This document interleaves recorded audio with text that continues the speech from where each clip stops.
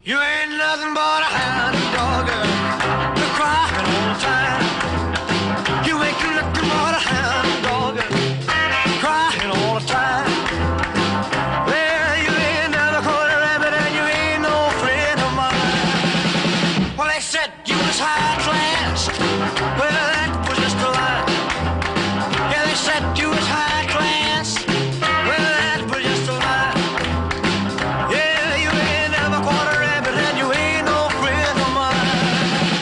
You ain't nothing but a hound dog, crying all the time. This man's there, they began to wait. He was jumping and the drum began to swing. You should have heard the lockdown jailbird sing that rock. Everybody let rock. Everybody in the whole cell block. Put them to the jail out rock. Spider-Man playing the saxophone. Little Joe blowing on the slide trombone. Drum over there on the crack boom bang. The whole rhythm section was the purple gang went rock. All right, girls, listen carefully.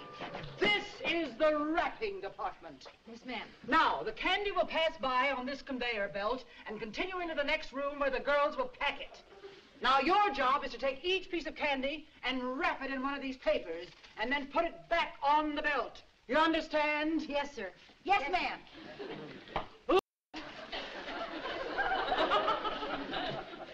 So this is easier. Yeah, we can handle this okay.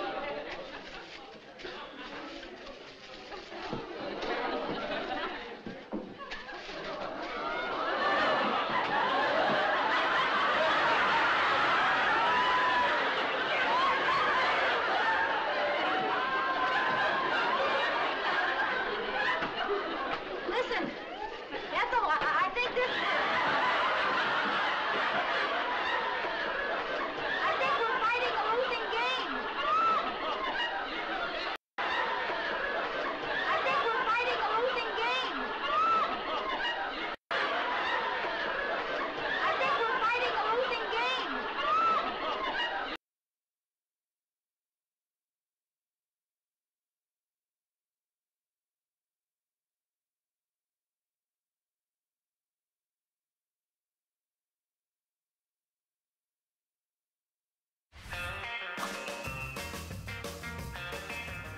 It was a time of optimism and post-war economic boom for many. Supermarket aisles were filled with consumer products.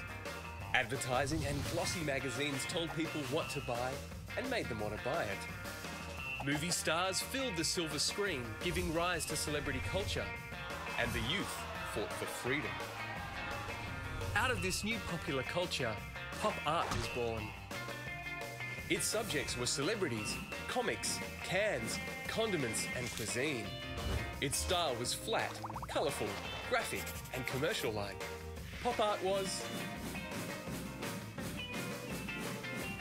Critics were sceptical. How could soup be art?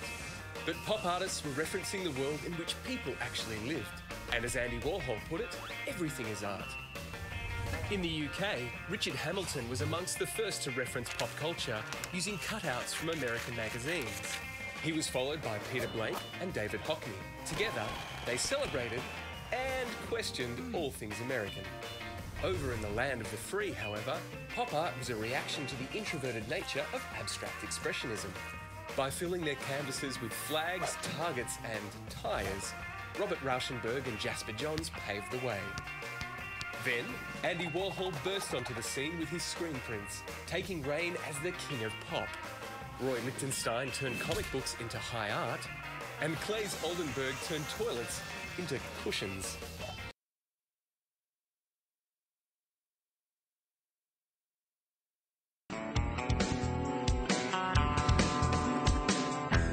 These artists, and as many as 60 more from all walks of life, exploded onto the art scene and defined the pop art movement. As with most great art movements, pop art arose from a rebellion against an accepted style. Pop artists thought the abstract expressionists who came before them were pretentious and over-intense. Forget it. Have you seen our heap? Forget your heap. You'll get a brand new Ford every other year. As a movement,